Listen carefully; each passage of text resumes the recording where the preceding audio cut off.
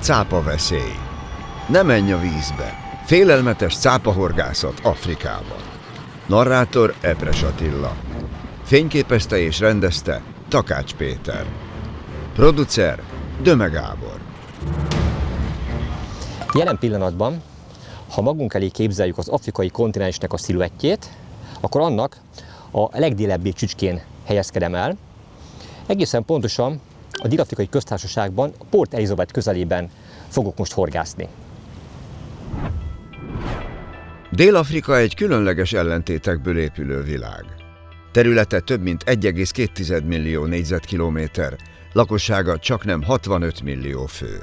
Egy ország, amely ritka módon 3 fővárossal működik, és gazdasági erejét tekintve az afrikai kontinens egyik meghatározó motorja. Földje mélye évezredek óta értékes kincseket rejt. Vasérc, arany és gyémánt. Ezek alapozták meg iparát, hatalmát és befolyását. Az ország kettőssége úton útfélen megfigyelhető. A nagyvárosok peremén luxus lakóövezetek, zárt villaparkok és óceánra néző modern villák sorakoznak. Pár kilométerrel arrébb azonban egészen más arcát mutatja az ország. Bádokból, hullámpalából és ideiglenes anyagokból épült városrészek vannak, ahol a mindennapi túlélés a legnagyobb kihívás. Gazdagság és mérhetetlen szegénység itt egymás mellett él, elválaszthatatlanul. És mégis mindezek fölött ott van valami, ami minden ellentétet felülír. A természet. Dél-Afrika nemzeti parkjai a bolygó utolsó igazi vadonjai közé tartoznak.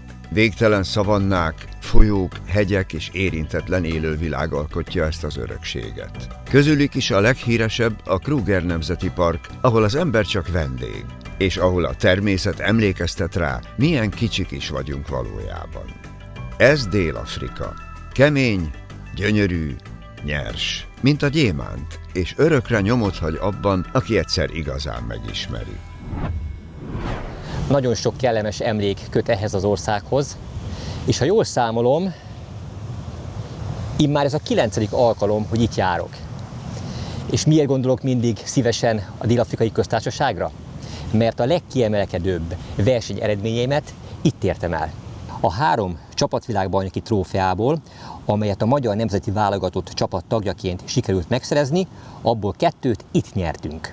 2019. februárjában a finomszerelékes féder szakákban megrendezett világbajnokságon a híres Blumhoff víztározón hazánk csapata megszerezte az első csapatféder világbajnoki címét. Legendás csapattagokkal értük el ezt a fantasztikus eredményt. Nagyon jó erre visszagondolni. De ugyanilyen fantasztikus élmény volt, amikor a másik féder szakákban, 2022 évben a freestyle metódféder VB-n sikerült csapatunkkal ugyanebben az országban, de egy másik vízterületen világbajnoki címet nyerni. Ha már a versenyekről beszéltem, akkor gyakran megkérdezik egyébként tőlem, hogy nem hiányzik a versenyzés, nem akarok visszatérni, hiszen 35 éven keresztül aktívan versenyeztem. Erre a válaszom egyértelmű nem. 30 évvel ezelőtt az álmom, a vágyam volt az, hogy a legnépszerűbb, legnagyobb tömegbázissal rendelkező horgászmódszer legyen Magyarországon a féderhorgászat. És nem feederhorgászat. Aki megnézi Poják Csabával készült közös podcastunkat, az érti, hogy miről beszélek. Szóval valahogy megéreztem 30 évvel ezelőtt, hogy ebben a módszerben rendkívül sok potenciál, nagyon sok lehetőség van, és ez lehet a jövő horgászmódszere Magyarországon. Nagyon-nagyon sok oktató videót készítettem, és tulajdonképpen velem együtt fejlődött, formálódott, és alakult később olyanná ez a horgászmódszer, amit most hétköznapinak is megszokottnak tekintünk, bárhova megyünk is a vízpartokon. Rendkívül megtisztelő számomra, hogy nagyon sokan, hogyha a magyarországi féderhorgászatról beszélünk, akkor azt a nevemmel teszi egyenlővé. Szóval az álmom, a vágyam, amit 30 évvel ezelőtt megálmodtam, az teljesült, mert egyértelműen Magyarországon a legnagyobb tömegbázisa a féderhorgászatnak van. Az első között kezdtünk el féderhorgászversenyeket szervezni, és ezek szinte ilyen robbanásszerűen kezdtek el felfutni, és egyre nagyobb tömegbázissal rendelkezni. Persze a későbbiek folyamán már nem csak mi, hanem egyre több és több cég rendezett féderhorgász versenyeket, és hamarosan elindult a féder országos bajnokság is. Nem kellett sokat várni, de nyilván keményen meg kellett érte küzdeni, és jó néhány dobogós helyezés után 2013-ban végre a bajnoki dobogó legmagasabb fokára állhattam föl, és magyar bajnok lettem. Így ez a vágyam is teljesült. A magyar bajnokságon elért legjobb eredmények után az ember nemzetközi sikerekre, VB címekre vágyik. Kőkemény munkával ez is teljesült. 2019-ben, 2021-ben és 2022-ben, tehát 3-szor a magyar nemzeti válogatott tagjaként csapatvilágbajnoki címnek örülhettem. Így tulajdonképpen a versenyszerű horgászat nekem mindent megadott, sőt, még sokkal többet is, mint azt, amit én valaha valamikor a legmeriszebb álmaimban is képzelni mertem volna. Én azt gondolom, hogy az élet túlságosan rövid ahhoz, hogy csupán egyetlen egyfajta dolgot csináljunk, akár a horgászaton belül is, hogyha kimaxoltunk egy adott módszert, vagy megfogtuk az adott halfajtából a legnagyobbakat, teljesen természetes és normális, hogy az ember másfajta halakra, más élményekre, és akár még veszélyesebb kalandokra vágyik.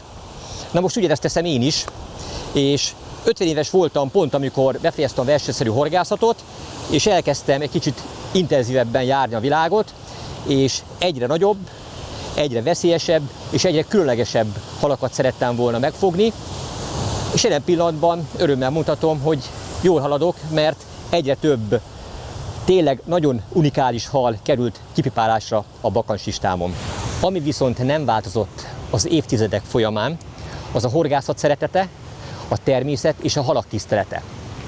Most pedig azért jöttem újfent a Dél-Afrikai Köztársaságba, hogy megküzdhessek az óceán legveszélyesebb fenevadjaival, a rettegett cápáival.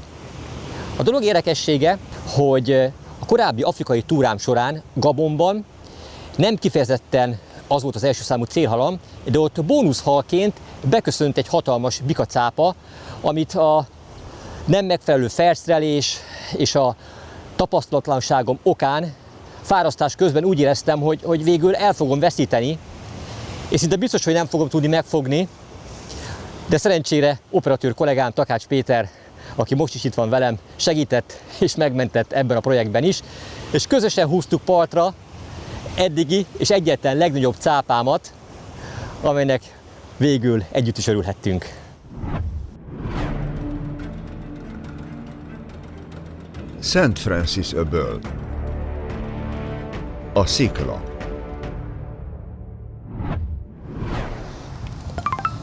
Ez egy homoki cápa. Annak egyes darabjai kerülnek fel a horogra. A cápára rákap a cápa. Csak az nem mindegy, hogy mekkora. A végszerelékek bejuttatására igen különleges módszert használnak a fiatal horgásztúra vezetők. Egy könnyű, egyszemélyes kenut hoztunk magunkkal erre a horgászhelyre, amelyben Simon foglal helyet, ő fogja bevinni a felcsalizott horgot a megfelelő távolságra. Nem szívbajosak a srácok neki indulni ezzel a lélekvesztővel a hullámzásban a nyílt víz felé. Pláne a partmenti 20-50 méteres sáv, ahol az érkező hullámok megemelkednek, majd a sziklás, elsekélyesedő part miatt összetörnek, erős visszaáramlásokat és partmenti áramlásokat hozva létre.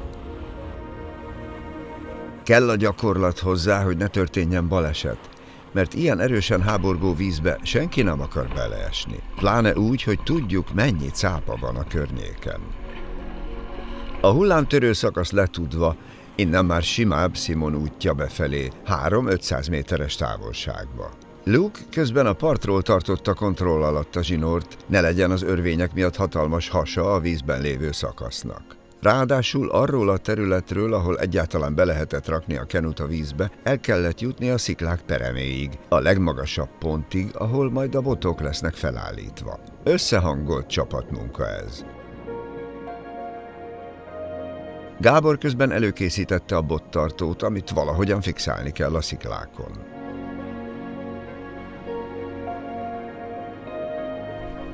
Megfelelő távolság megvan, mehet a vízbe a haldarabbal felcsalizott horog.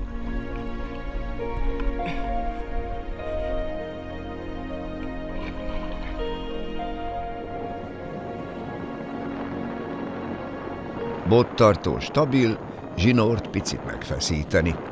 Kész. Jöhet a kapás.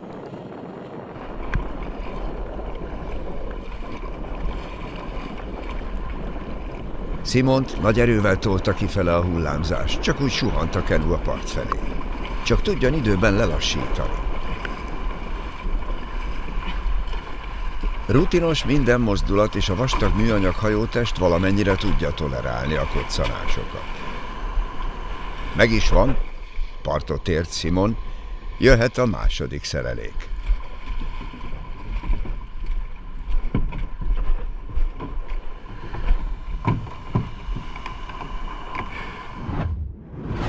Most egy cápahorgászatra specializálódott dél-afrikai csapattal horgászom. Az előkészületek már megtörténtek, 2 végszerelék, illetve annak a horgai, csalihalai már a vízben vannak. Nagy érdeklődéssel várom, hogy mi fog történni. És természetesen, ahogy én is egyre jobban belelátok ebbe a módszerbe, megmutatom ennek majd minden csinyát-bínyát. Következnek a várakozás percei. Milyen mérhetetlen ereje van a hullámoknak, ahogy a sziklákhoz csapódnak. Folyamatosan, újra és újra. Nincs megállás. Örök idők óta ezt teszik, és akkor is marad ez az energia, amikor mi már rég nem leszünk. A természet ereje itt szinte tapintható. Nem volt túl sok időnk ezen merengeni, mert az egyik botspicce hirtelen meggörbült, és kezdődhetett a sziklamászás. Eljutni a kis táborunktól a horgászbotokig nem is olyan könnyű feladat. Ez megvan. Sikerült valami termetes ellenfelet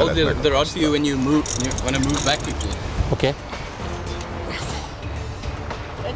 Hogy kellene úgy kifárasztani a halat, hogy ne törje össze magát Gábor a sziklákon? Stabilan megállni se egyszerű, pláne nem akkor, ha egy méretes cápa van a felszerelésünk túlsó végén.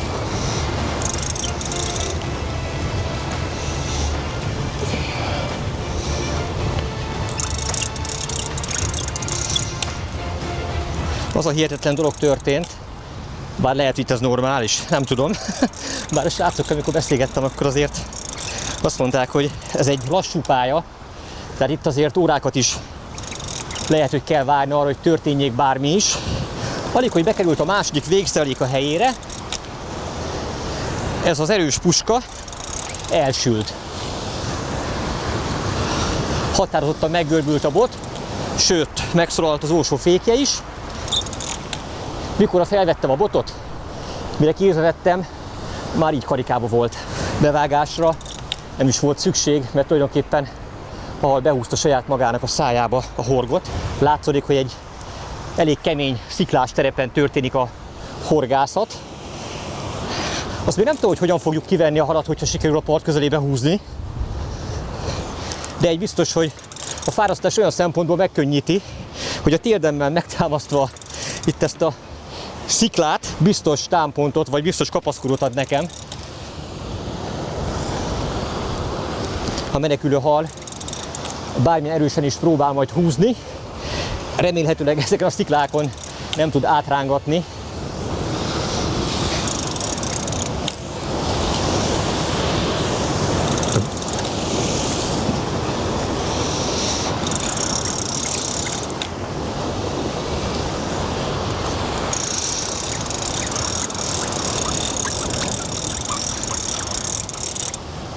Két nagyon fiatal, de annál lelkesebb és elszántabb sráca segítőm. Az idősebbik 23, míg a fiatalabbik 20 éves. Mind a kettő akár a fiam is lehetne.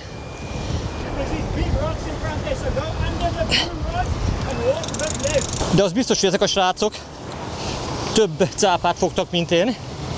Meg azt is látom már, hogy mire kell felkészülnöm. Őnekik van nagyon klassz sziklajáró cipőjük, nekem meg csak ez a rossz Crocs papucs. Nagyon kell vigyáznom, hogy nehogy elcsúsztak itt a vizes köveken. Okay, good, yeah? Real now. Keep that.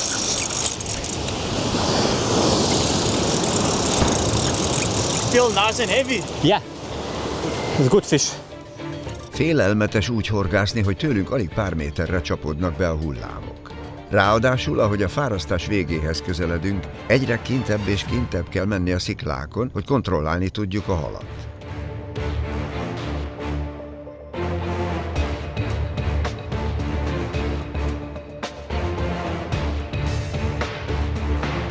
Időnként túl közel is kerülünk a hullámokhoz.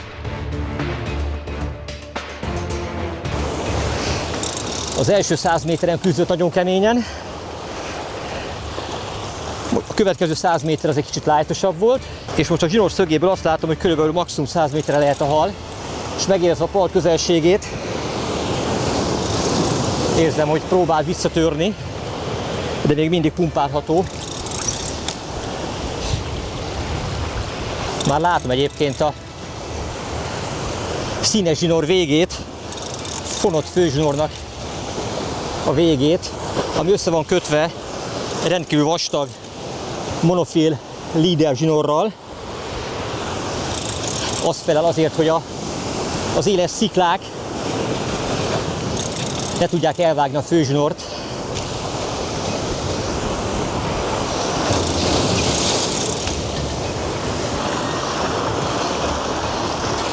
Ezt a technikát Gabonban tanultam. Okay, you can stop here for now. Stop here. Okay. You might just get a little bit wet, right? Okay. You don't mind getting wet with the water coming over. Yeah. Big rock here and a little bit in this big rock. So we need to get him around the rock. Or you need to keep him in the air.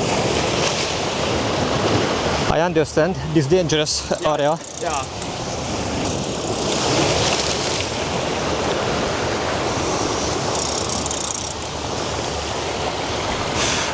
I think let's move a little bit more back because the bigger wave's gonna come over. Hátrébb kell mennünk, nehogy egy nagy hullám lesodorjon minket, mondta Luke. Folyamatosan el kell jönnöm ide balra, mert most már kiderült, hogy csak itt a mellettem található kis öbölben tudjuk talán majd kivenni a halat. Ha ő is akarja. És milyen jó döntés volt hátrébb menni.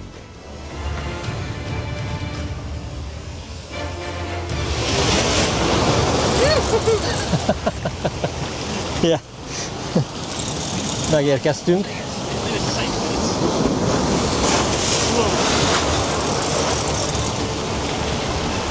Tök jó, balra megy a hal. A fárasztás utolsó perceiben jön az igazán nehéz szakasz. Be kell húzni valahogy a cápát a sziklák által védett kisöbölbe.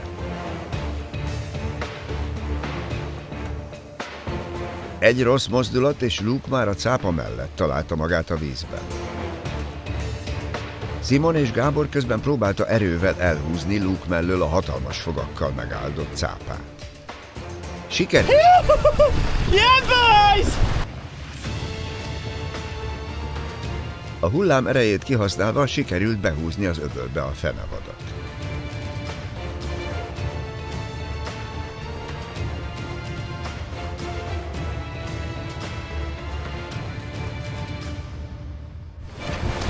Hey, baby! Most már csak valahogy meg kellene közelíteni.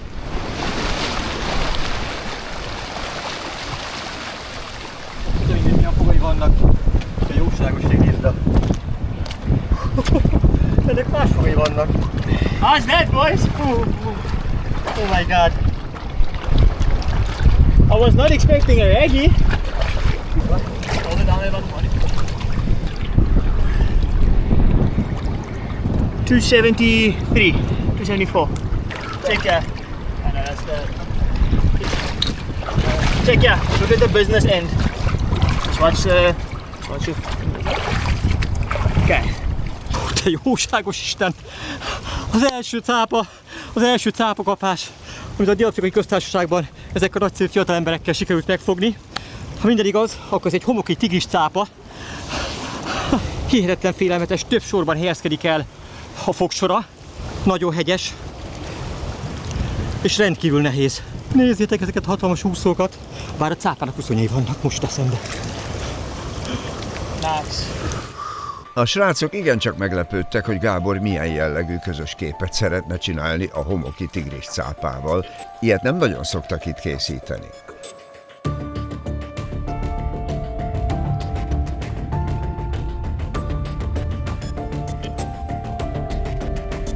Majd jöhetett a visszaengedés, amelyben ismét a hullámok erejét használta ki csapatunk.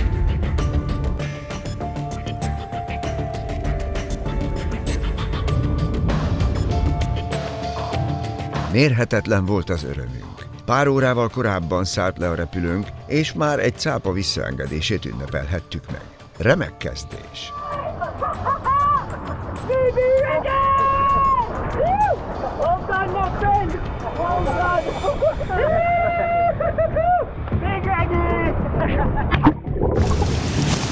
Alig 2 oroszával ezelőtt kezdtük meg a horgászatot, és akkor még ezen a kis csatornán száraz lábbal lehetett átmenni.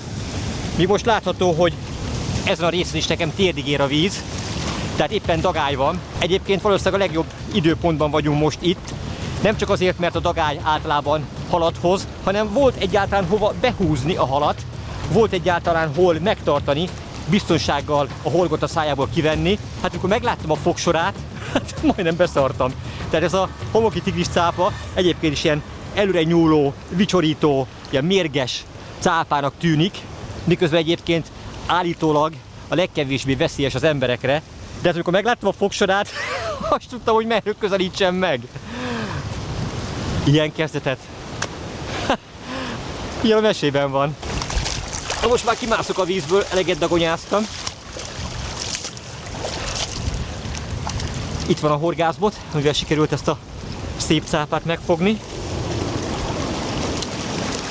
Jól összerakták a srácok, minden eleme tökéletesen helytált. Ez a vastag, hát szerintem minimum 2,5 feles fluorokarbon líder zsinór ellenállt a sziklák dőzsölő hatásának. A líder zsinórba egy hatalmas forrókapocs csatlakozik, és abba van belekötve egy közel 3 mm átmérőjű bovden, egy olyan drót sodrony, amely még ráadásul egy gumibevonatot is kapott, és ennek a végén van a hatalmas szörkülhorog, amelynek úgy a sajátossága, hogy amikor az ember megfeszíti a zsinort, nincs bevágás, csak meg kell feszíteni a zsinort, akkor szépen úgy kicsúszik, és ha jó pozícióban van, akkor pont a szája sarkában akad meg a halnak a horog. Rendkívül kíméletes egyébként sporthorgászat során, mert ugye nem a halnak a torkából kell kibányászni, és súlyos sérüléseket okozva végül azt eltávolítani, hanem mindig a szája sarkában megakadva. Ennek a cápának is pont itt volt a szája sarkában, könnyű volt azt kivenni, fotózás, videózás után pedig visszaengedni. Ezt a drót fonatot nincs az a cápa, ami el tudná harapni. Nyilván biztosra mennek, nem véletlen használják ezt. A gumibevonatot azért itt legyűrte róla. A teljes végszereléket ez a 10 unciás, körülbelül 300 g tömegű tengeri ólom tartja a helyén. Sajátossága, hogy ilyen kapaszkodó förmökkel van ellátva. A végszerelék megfeszítése után ez a mederfenékbe belesüpped, ezáltal stabilabbá téve a végszereléket, nem tud az elgörögni, az áramlat nehezebben tudja elnyomni a helyéről. De hogyha kövekbe akad, és mondjuk ki akarjuk venni, akkor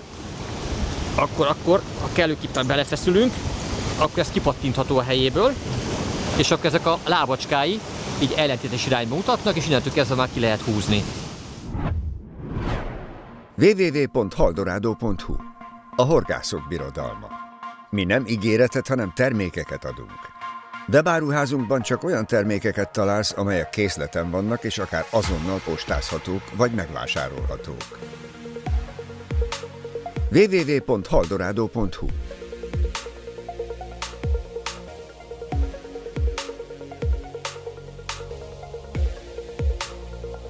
Rendelj a webáruházunkból, vagy vásárolj Kiskunhalason, a Haldorado centrumban.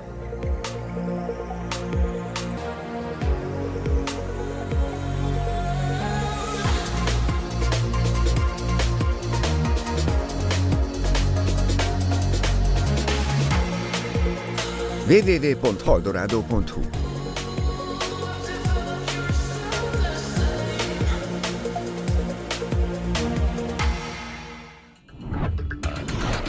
A folyamat rutinosan ment tovább. Csali felkerült a horogra, és Simon már evezett is befele kenujában a távolabbi, mélyebb vizek felé.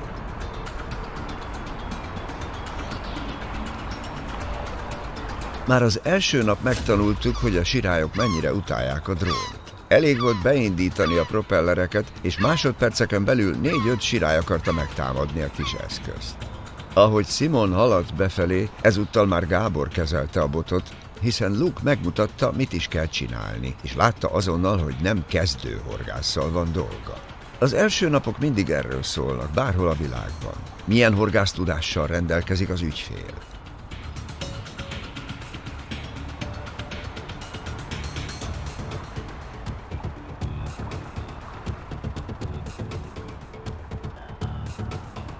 Mivel a horgásztudásunk megvan, hamar megvolt az összhang Simonnal és Luke-kal. Hatékonyan tudott együtt dolgozni a csapat.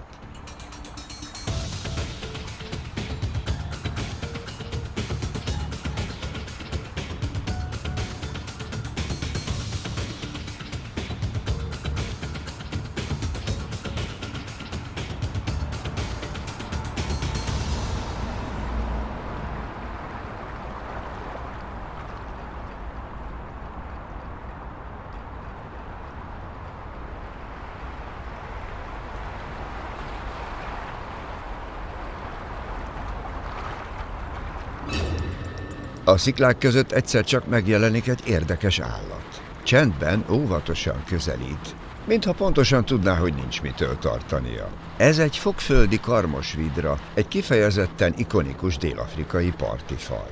Az óceánpart egyik legügyesebb vadásza, aki itt a hullámok és kövek világában érzi igazán otthon magát. Oda jön hozzánk. Elveszi a felkínált tengeri halat, majd már megy is vissza a víz felé. A vízben egy lapos kövön ülve kezd neki a zsákmánynak. Miért karmos?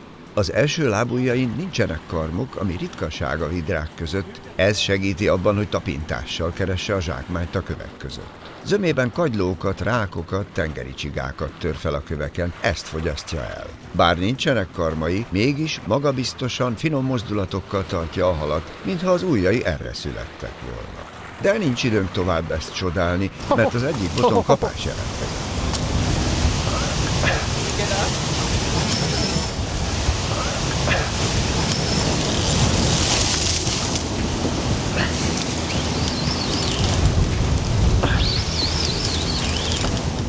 A hullámok ereje egy kicsit se csökkent, sőt, egyre többször csapott fel oda, ahol a botjaink voltak elhelyezve. Az ellenfél azonban érezhetően jóval kisebb volt, mint a túrát megnyitó cápa. Percek alatt a parti zónába került, már csak az volt a feladat, hogy átkerüljön a sziklafalon a hullámoktól védett öbölbe. Ez az első nagy cápának a unokája maximum.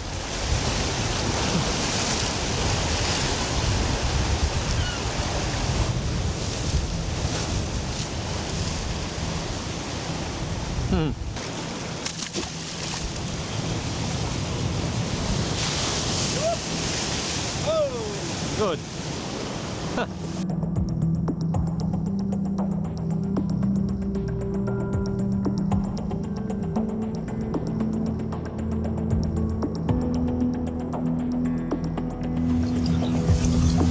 Itt van már is egy újabb cápa, de lényegesen kisebb méretben, legalább könnyebb így megtartani. Ez egy szürke cápa, Grey Shark. Én elsőre azt mondtam, hogy ez is egyébként homoki tigris cápa, de jobban megvizsgálva egyértelműen látszik a különbség. Ez egy másik fajta cápa.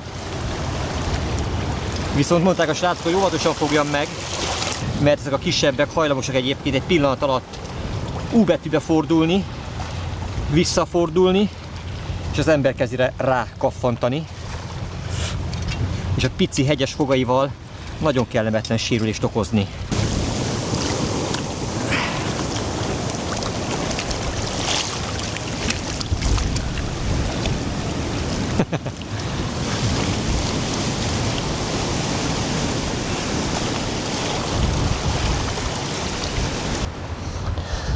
Az összes bot kikerült most már a parti zónából. Tulajdonképpen már csak az összepakolás maradt hátra. Ez a párorosztás horgászat. Hát ez nagyon durván indul. Tehát ezt magam sem vittem volna, hogy ilyen gyorsan, ha megfelelő helyen, megfelelő időpontban van az ember, akkor lehet ilyen szép halakat fogni. Egy korábbi filmemben mondtam azt, hogy mennyire gyorsan tanulnak a fiatalok, mennyire gyorsan elsajátítanak egy-egy módszert, és lesznek annak szakértői. Na most ez a két fiatal guide, ez a két fiatal srác, aki most segít nekem ezen a horgászaton, a legjobb példája annak, hogy lám nem kell már 40-50-60 évesnek lenni ahhoz, hogy professzionális szinten művelj egy-egy technikát. Jó, tudni kell, ezek a srácok itt nőttek föl, pici gyerekkoruk óta az óceán partján élik az életüket, úgy ugrándoznak, mászkálnak ezeken a nedves sziklákon, mint zerge a hegytetőn, egy pillanatra sem csúsztak meg, én meg 4 kézláb másztam. Jó, nincs megfelelő cipőm, a pacskremet le kell cserélni, most vagy elmegyünk a horgászboltba, aztán veszünk nekem is ilyen sziklamászó cipőt. Szóval minden tiszteletem és elismerésem a srácoknak, és köszönöm, hogy már is hozzásegítettek ilyen fantasztikus élményekhez. Nem tudom, hogyan tudjuk ezt fokozni a következő napokban, vagy mit tudunk még fogni, vagy tudunk-e nagyobbat fogni. Hát nyilván azon leszünk, hogy így legyen. Nagy izgalommal várom a következő napokat. Guys, it was a perfect start. It was a good start, eh? Very, very good start. Now we just need to continue this energy throughout. Yeah. Thank you for your help.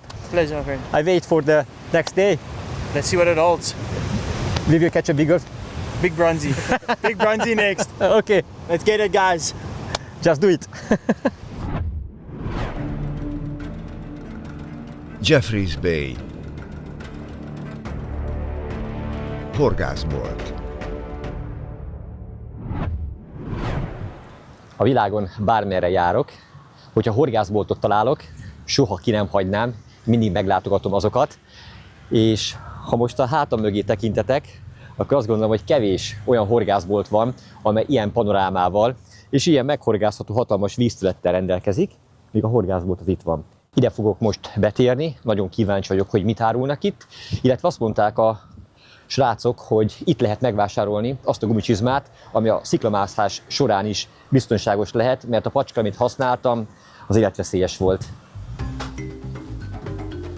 Elsőként, ami látható, az a Costa szemüvegek kínálata. Hát látszik, hogy óceánparti országról van szó, szükséges a jó szemüveg, de ami még fontosabb, az a megfelelő ruházat, UV-álló ruházat. Magyarországon is már egyébként egyre többen megértették, hogy miért fontos megfelelően biztonságos, nyáron is használható könnyű ruházatot viselni.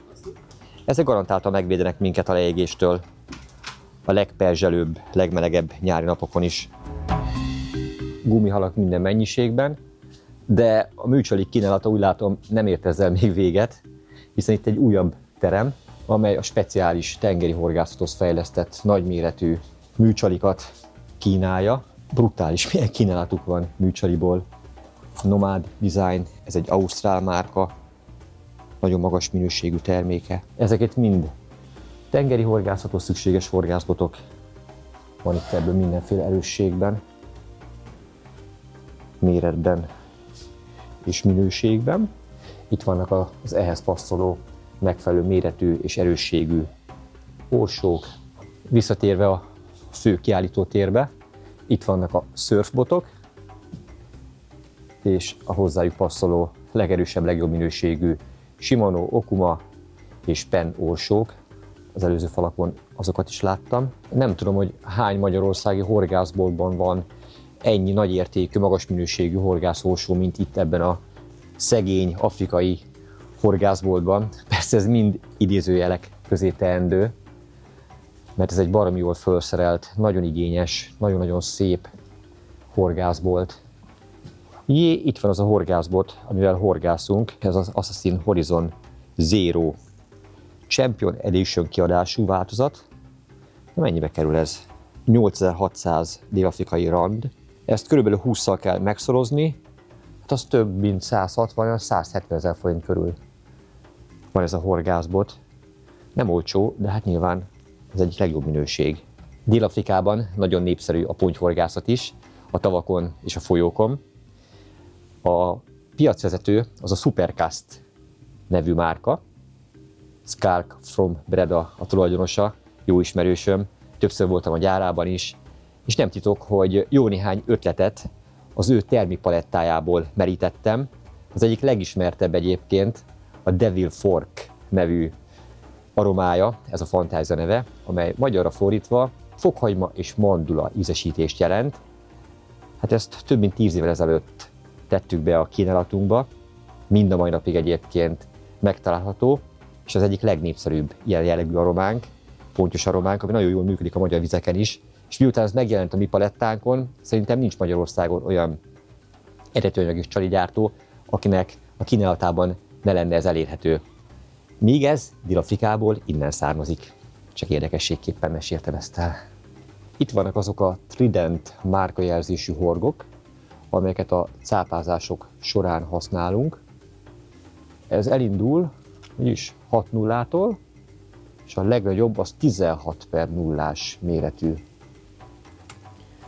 Ennek komoly súlya van, nem csak a mérete jelentős, hanem már a súlya is. Jól látható, hogy mindegyik szörkül, azaz körhorog, visszafelé görbülő heggyel és hatalmas széles öböllel. Itt van az élő csali részleg, pontosabban már nem él, mert fagyasztva vannak. Mindenféle haldarab, amivel lehet kergetni az óceán ragadozóit. De van itt tintahal, van itt rákocska, van kagyló, csiga, minden, ami szemszájnak ingere. Itt van az a gumicsizma, amit Luke meg Simon használt. Ennek a talpa azért lényegesen jobb kiképzésű, mint az én egyszerű pacskerem. Ezzel nem fogok megcsúszni a köveken mászkálva. Az ára sem vészes, átszámítva maximum 10 000 forint, úgyhogy ilyet mindenképpen viszek magammal.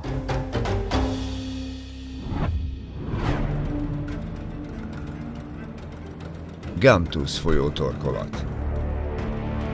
A sivatag. Korán indult a nap. Az apálydagály, valamint a várható szélerősség miatt már fél 6 után elindultunk az újabb horgásznap helyszínére. A baloldali közlekedés jobboldali kormánnyal szokatlan az európai szemnek. Pláne, ha az ember megszokásból az anyósülésre akarna beülni, és észreveszi, hogy ott kormány van.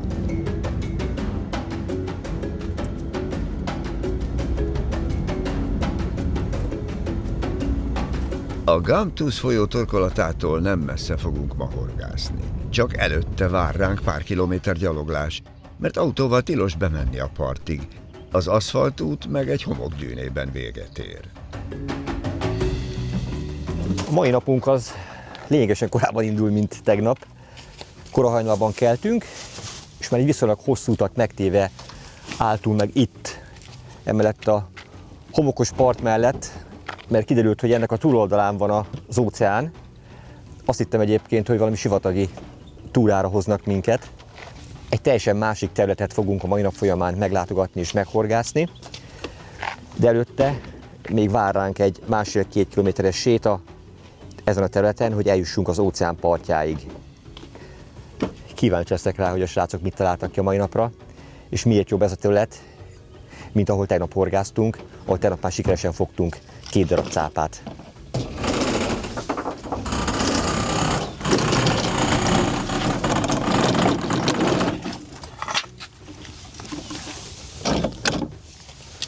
Milyen komoly kerekei vannak. Aha, sejtem már. Ezek a nagy kerekek, itt a homokon húzva, nem fognak elakadni. Bár felhős az idő, a srácok mégis vastagon kenték magukat napkrémmel. Ez a legveszélyesebb, mondták. El se hiszed, hogy mennyivel könnyebb leégni ilyenkor. Időközben egy másik horgászcsapat is ideért, így együtt indult a karaván a sivatagi útra. Még hogy a horgászat nem sport.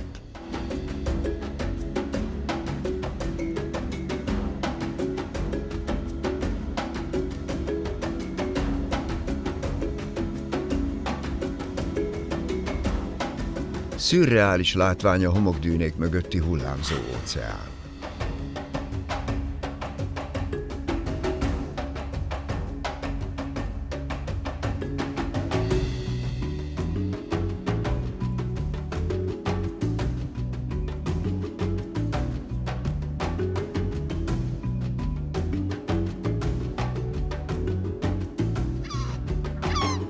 A sirályok már is nagy lendülettel támadták a drónunkat.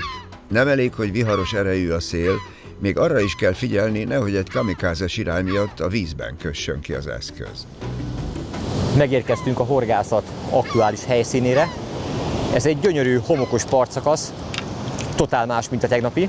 Ide a kajakot nem cipelték be a srácok, így biztos, hogy a végszereléket nem akarnak beúszni ezekben a hatalmas hullámokban, már pedig biztos, hogy annyira nem őrültek, hogy kockáztassák az életüket. Akit a végszereléket, illetve a csalit, azt majd dobval kell bejuttatni.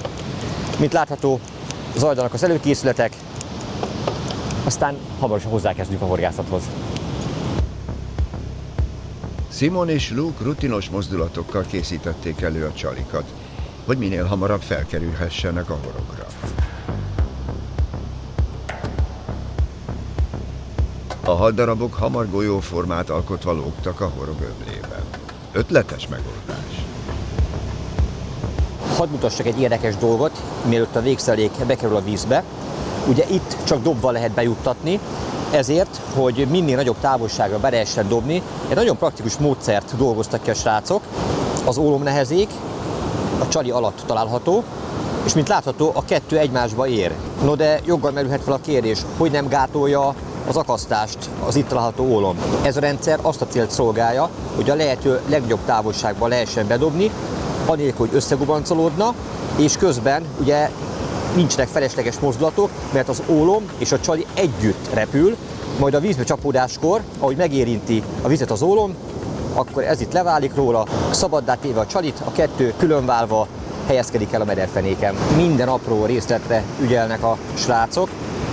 Egy nagyon finom gumi cérnával vagy szalaggal, hát inkább cérna a helyes kifejezés, van körbetekerve a csali, és rögzítve a horoghoz, és nagyon nehezen tud elmozdulni.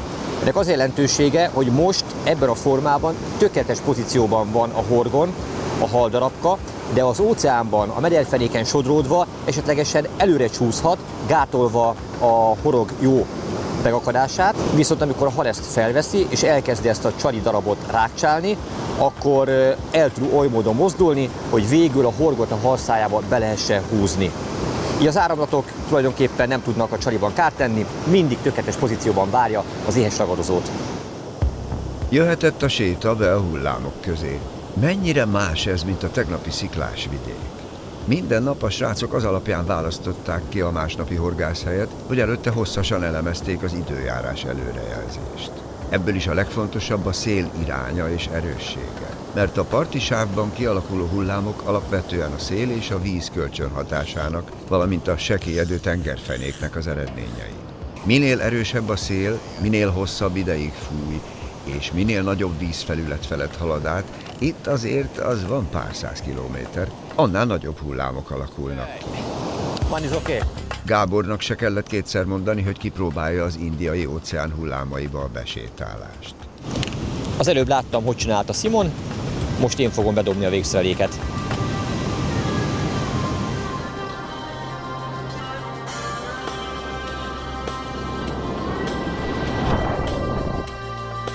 Ahogy a hullám eléri a parti sávot, a tengerfenék egyre sekélyebb lesz. A hullám alsó része fékeződik, mert érinti az aljzatot, míg a felső része még gyorsan halad. A lassulás miatt a hullám magasabb és meredekebb lesz. Az energia felfelé tornul. Amikor a hullám teteje már gyorsabban halad, mint az alsó része, a hullám előre bukik, ez lehet gördülő, enyhe parton, bukó, meredekebb aljzaton, míg robbanásszerű a sziklás partokon.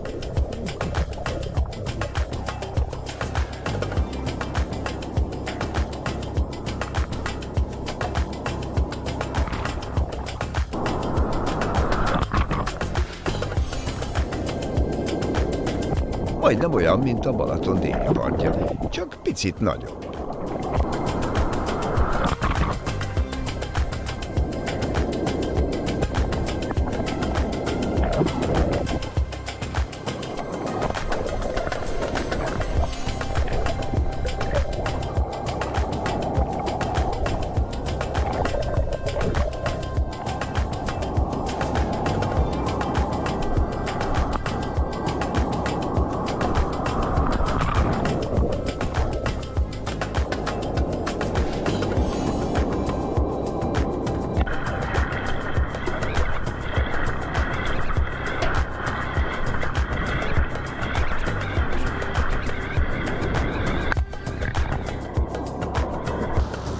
A szerelék bekerült.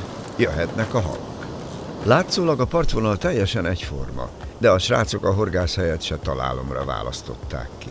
A hullámok, ahogy megtörnek, erős visszaáramlást okoznak. A helyünk pont egy ilyen visszaáramló, vagy más néven szívó áramlási terület mellett volt. Ez egy keskeny vízfolyosó, ami a parttól kifelé húz. Látogass el Dél-Magyarország egyik legkedveltebb horgászparkjába, az Ezüst-tó horgászcentrumba. Az igényesen kialakított területen 45 horgászállás várja a horgászni vágyókat, ami horgászversenyek megrendezésére is alkalmas. Az élmény és a halfogás garantált.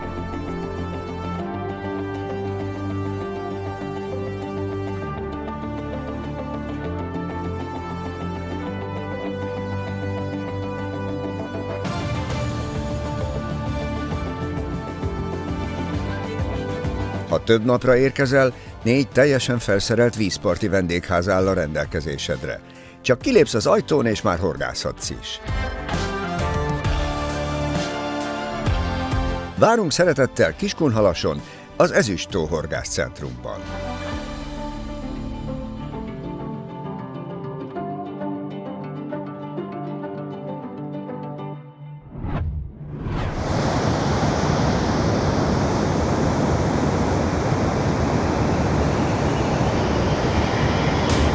Itt az első komoly kapás.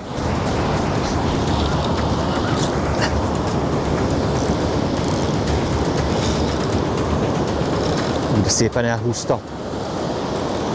Most is húzza folyamatosan a zsinort az orsó dobjáról. Nem szabad elkapkodni.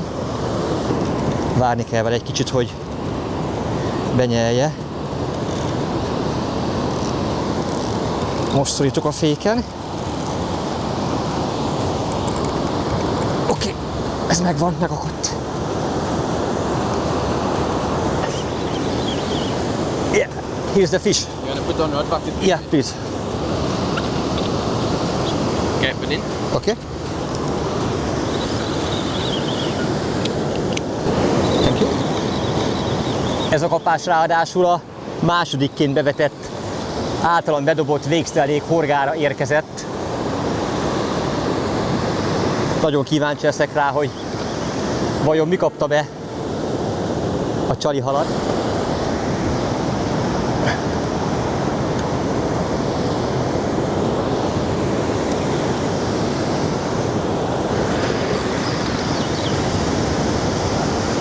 Óhó, mekkorákat belehúz.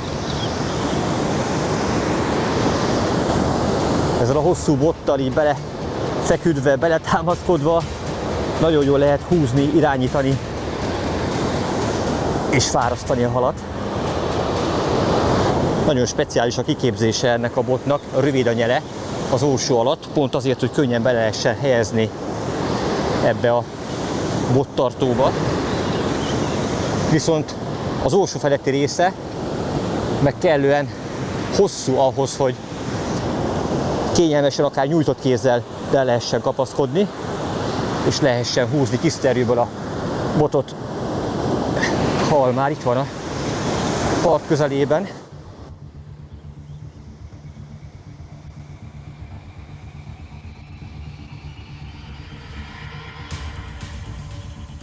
Ez az ellenfél nem volt kapitális méretű, de mégis hihetetlen irányváltásokkal, hirtelen kirohanásokkal küzdött.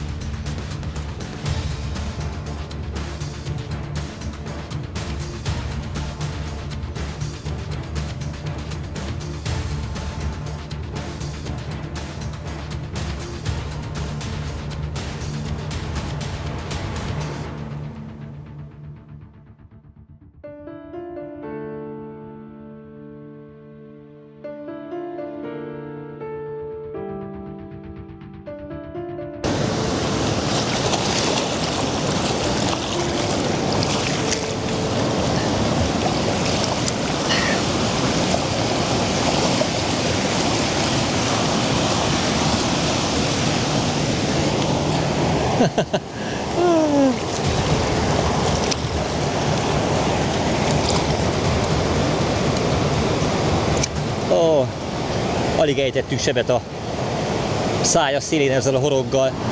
What's the name of the fish? Bronze whaler. Bronztápa. Ez már a harmadik fajta cápa, amit sikerült megfogni ezen a túrán. Nem egy óriás, ebből vannak lényegesen nagyobbak is, de rám, itt is működik a srácok által kigondolt stratégia.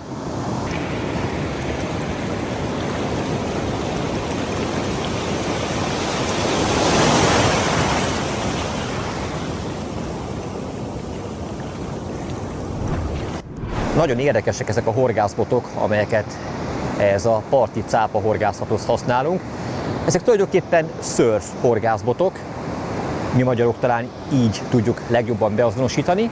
Ennek a hossza 457 cm, ha jól látom, 3 tagból áll, és a dobósúly tartománya az egészen 170 g-tól 227 g-ig 8 unciáig terjed. Ezzel azért elég nagy méretű olmot és végszereiket el lehet dobni. De a további érdekessége a speciális nyílkiosztása mellett, amelyről az előbb a halfárasztása során már meséltem, az, hogy itt az orsó mellett van egy speciális zsinórbeakasztó klipsz. A bedobás előtt a főzsinort megfogva e köré a pöcök köré kell tekerni, és ezzel a kis billenő karral lezárni. Ezután lehajtva a felkapókart, ezt így meg lehet tartani, illetve hát meg is kell, és ha ezt elengedjük a dobás pillanatában, akkor szabaddá válik a zsinór, és már is be tudtuk dobni a végszereléket. A srácok valahogy úgy magyarázták nekem, hogy ennek a segítségével sokkal nagyobb súlyt lehet úgy eldobni, hogy az veszélyeztetni az ujjunkat, illetve ők jártak már úgy, hogy, mert mondom, hogy erre van kitalálva a dobóujj, meg a dobókesztyű, és erre mondták, hogy ők már jártak úgy, hogy olyan súlyt dobtak el, hát ez nyilván 200 és 300 g között volt legalább, amely során a nem megfelelően beállított orsófék mellett megcsúszva a főzsinór, a kesztyűt is képes volt átvágni. Viszont ezt a klipszet használva, hogyha erre van rátekerve a főzsinór, és így van rögzítve, majd a dobás pillanatában ez elengedve, akkor soha nem érheti az ujjunkat baleset, és a dobás az mindig stabil és biztonságos lesz. Ezen a horgászboton egy Okuma Tesoro 20.000 PA típusjelzésű, igazán nagyméretű és erős orsó található, amelyre 30-as fonott főzsinór került felcsévélésre. A bot márkajelzése Assassin, ezzel már találkoztam egyébként Gabonban is. Nagyon népszerű az afrikai horgászok körében ez a márka. Ha jól tudom, az egyik piacvezető egyébként. De nem csak surfbotokat, hanem nagyon erős pergetőbotokat, és minden olyan speciális horgászmódszerhez gyártanak botokat, amely főként a tengeri horgászathoz kötődik. A srácok azt mondják, hogy ezzel könnyedén lehet egyébként, akinek megfelelő a dobó technikája, akár 150 métert is dobni. Akkor még azért ahhoz gyúrnom kell egy kicsit, hogy ezt el tudja mérni, de a bot tudja.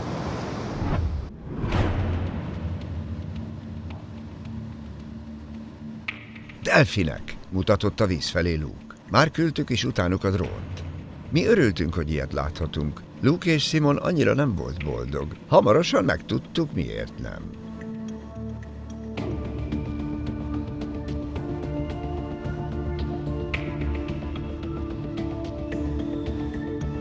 A szél folyamatosan erősödött, a hullámok csak nőttek és nőttek, egyre nagyobbra. Rákapcsoltak a fárasztógépre. More than enough line on there. Yeah, there's still another 500 meters of it, so you can find.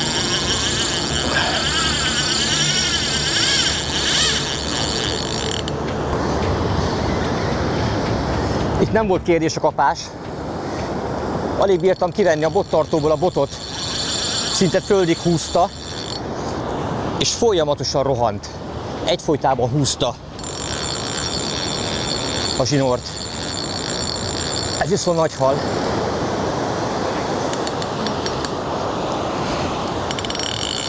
So listen, the bronze. Figyelj, a bronzi teljesen más, mint a regi. A regi lassú. Ez erőből kiszalad, majd szembefordul veled és nagyon gyorsan jön feléd. Gyorsan kell tekerned az orsút. Viszont ha menni akar, akkor hagyd, hadd menjen. Van elég zsinór. Don't force him, let him run.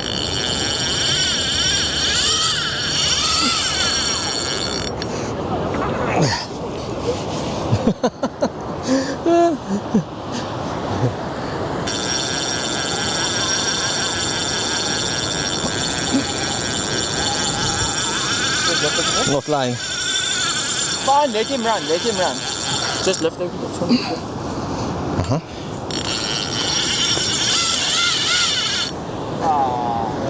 Oh, what happened? Oh my God.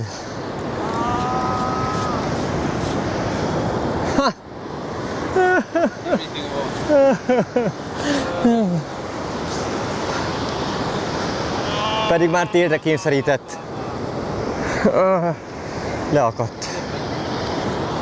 Fú, ez hatalmas volt. Ez nagyon durva. Körülbelül méter hosszúságú volt a drótelőkéből készített, vagy ebből a bovdenből készített horogelőke, és elvágta, elharapta. Ez úgy fordulhatott elő, hogy nehogy azt gondolja bárki is, hogy ilyen hosszan benyelte, hanem miközben a cápa forgolódik és menekül, hogy átfordul, képes arra egyébként, hogy átharapja az előtte található zsinort is. Nagyon sok cápát úgy veszítenek el, hogy a fő zsinort, hogyha meglazul a zsinór, és nincs meg a kellő kontaktus, nem elég feszes a zsinór, akkor, hogyha elé kerül, egyszerűen átharapja az éres fogaival. De itt meg azt nem értem, hogy egyfolytában kontaktusban voltam a hallal, tehát itt nem volt kérdés, hogy meglazuljon a zsinór, egyfolytában húztam, vagy ő húzott engem. Így számomra érthetetlen, hogy hogyan tudott úgy átfordulni, hogyan tudott pont olyan szögben a fogai közé kerülni a drótelőke, hogy végül azt el tudja harapni. De hát ami megtörténhet, az megtörténik. Sajnos ez a hal oda lett. Horgászat már csak ilyen. Az újabb kapásra szinte 1 percet sem kellett várni. Az a durva, hogy ahogy fölraktuk a horogelőkét a másik végszerelékre, visszanéztünk erre a botra, és ez is a földet verte. Ez a két bot egymástól, hát mennyire lehet? Maximum 30 méterre volt a két bot egymástól. És ez is elsült. Ez a hal viszont csak ment és ment. Megállíthatatlan. 100 méter, 200 méter, csak ment lefelé a zsinór, távolodott a hatalmas ellenfél. Velt.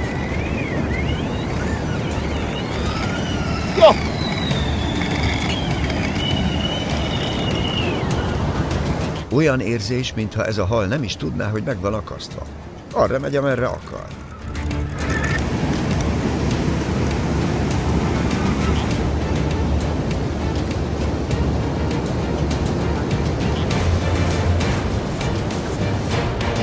A kezdeti megállíthatatlannak tűnő rohanása után egy kicsit alább hagyott a lendülete. Most tudom már magam felé húzni, és néhány méter zsinort visszanyerni. De messze még a végjáték.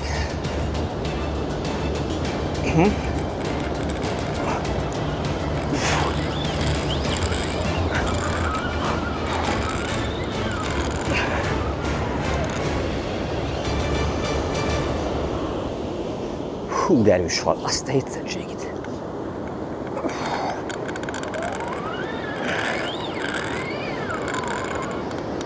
Cseréljük ki az övet a másikra, nézzük meg, hogy az milyen.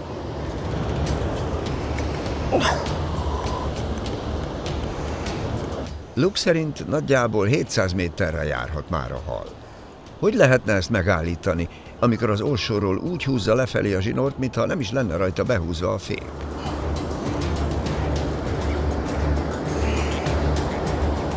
A karjaimat már nem érzem.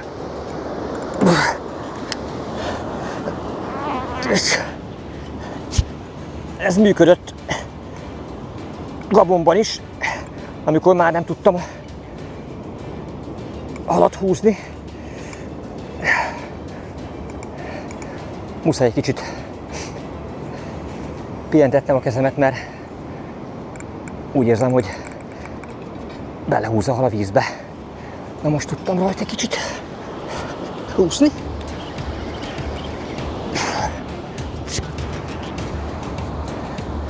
Ja, mókásnak tűnik ez a technika, de egy idő után az ember annyira lesavasodik, annyira megfájdul minden porcikája,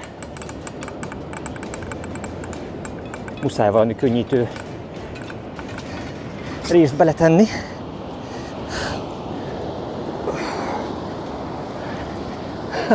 Húz visszafelé! Hát ez hosszú menetnek tűnik.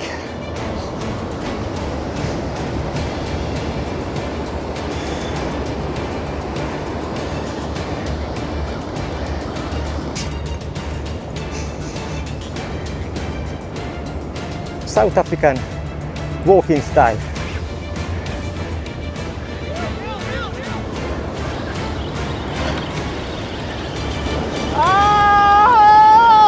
Ezt is elveszítettük.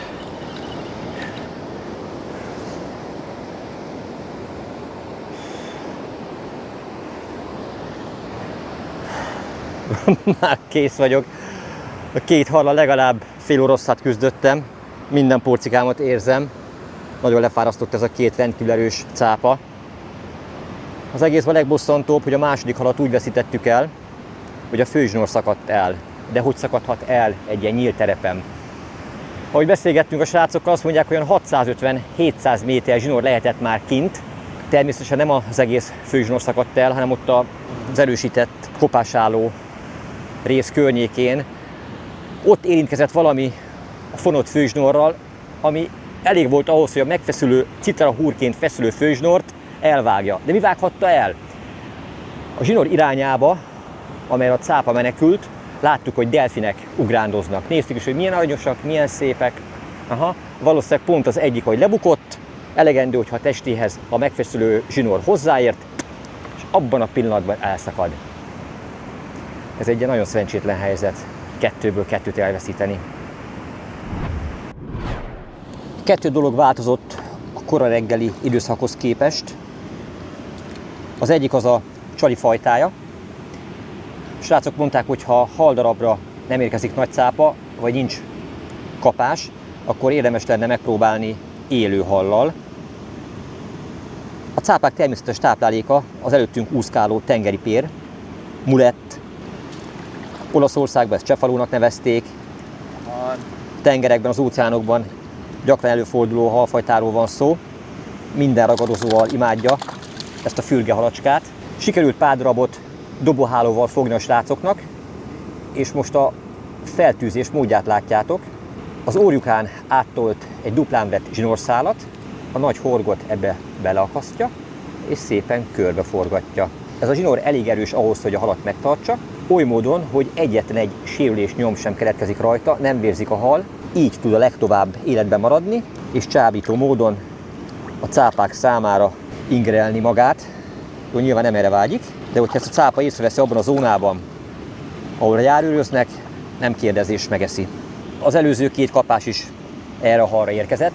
A másik, ami még megváltozott, amikor megérkeztünk kora reggel, akkor a víz az egészen fent volt, ugyanis éppen a dagálynak szerintem a csúcspontján voltunk, majd szépen lassan elkezdett apadni, és az apály holdpontja szerintem körülbelül egy órával ezelőtt volt, és ahogy ez átfordult, hogy kezdett a vízszint emelkedni, hogy a dagály ideért, akkor jött a két kapás. A horgászatban vannak olyan időszakok, amikor semmi nem jön össze, de ha kitartó vagy, előbb-utóbb fordul a szerencse.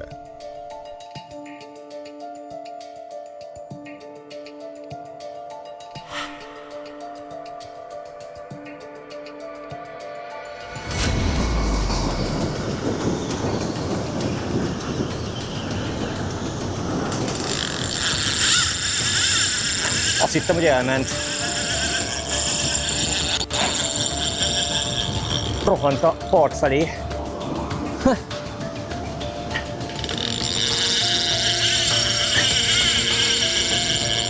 Ennek a halnak a viselkedése egy az egyben ugyanaz volt, mint az előző jószágé, ami köszönés nélkül távozott. Újabb esély?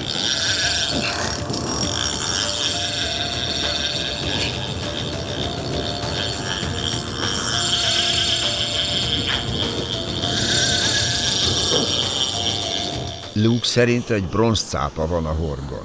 See how they swim in. Yeah. Swim in very fast, huh? Mondta is Gábornak, keményen húzd, ahogy bírod, a parton Pull szeretnénk him. ezt látni. Don't play around. Pull him. I want him on the beach. Nagyon szeretem a magyar szólásokat és közmondásokat. Ezek között az egyik nagy kedvencem, amely így hangzik, hogy 3 a magyar igazság, egy meg a ráadás.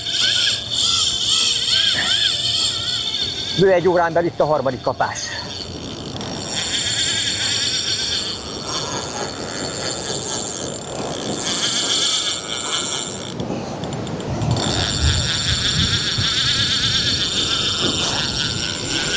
Jöhetett az afrikai cápahorgász módszer, a séta, futás, visszaséta. Ennek ki kell most jönnie.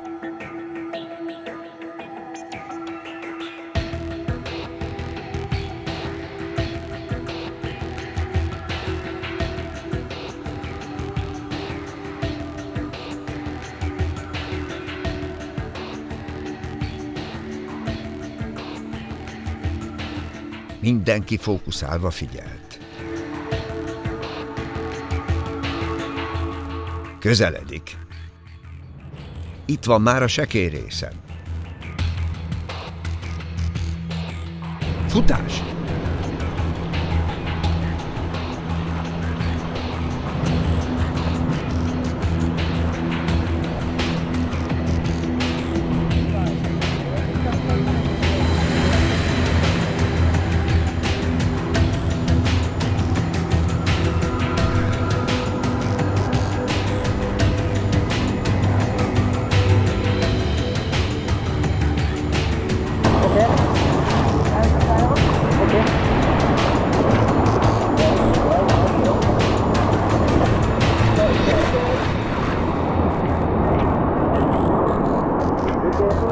Kapjuk el kézzel.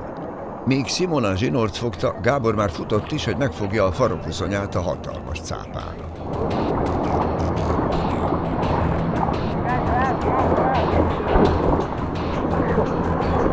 Ez meg.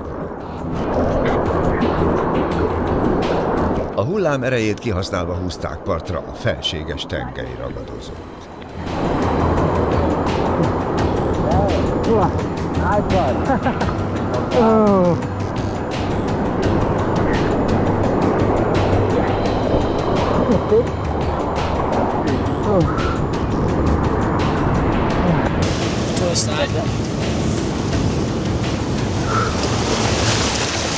Wait. Pull up higher.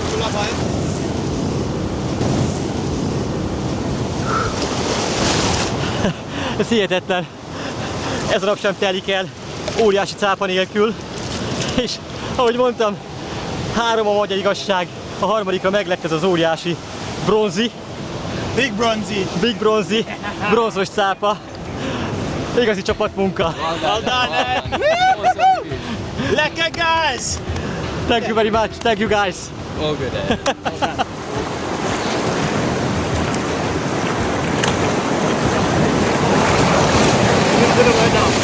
Okay, pull up.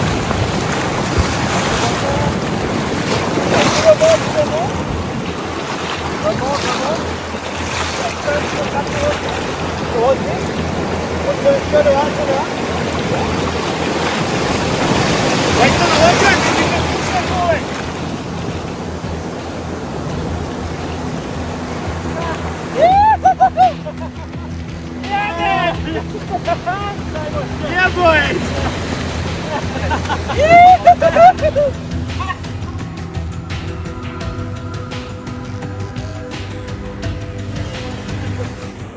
Wait, Simon! What was the tradition yesterday?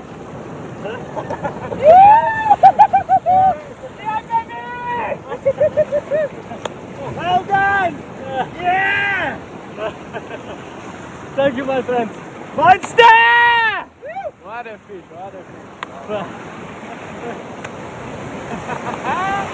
Good stuff. Good stuff. Good stuff. Én most itt téldre ereszkedtem, és meghajolok a srácok előtt, meghajolok az Indiai óceán előtt, meg egyébként jártányi erőm sem maradt. Hát ez valami félelmetes volt. Majd egy óroszáig tartott a fárasztás, és a végén komolyan úgy éreztem, hogy meghalok. A horgászbotot a legvégén átadtam Luke-nak, ő tartotta a horgászbotot, ő feszítette a zsinort, mi pedig Simonnal bementünk, és ott próbáltuk meg ugye közelebb húzni a parthoz a líder zsinorral, majd a végén a farkát elkapva tudtuk annyira kihúzni, hogy végre le tudtuk videózni, fotózni. De én annyira elfáradtam, úgy fentől magam ismétlem, itt a végén, hogy alig bírtam a vízből is kimászni. És van még 4 nap. Tehát aki azt gondolja, hogy a horgászat nem sport, a cápafogás az pedig egy egyszerű technika, annak azt kívánom, hogy próbálja ki. Nekem már elég volt.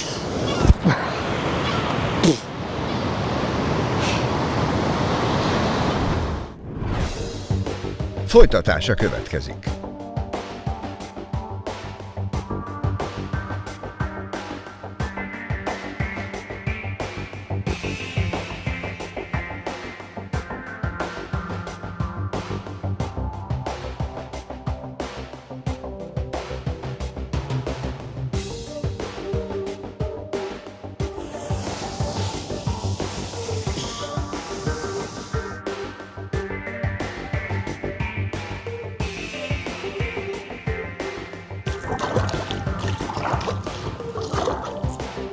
Utazásunkat ezúttal is az Adventure Fishing utazási iroda szervezte.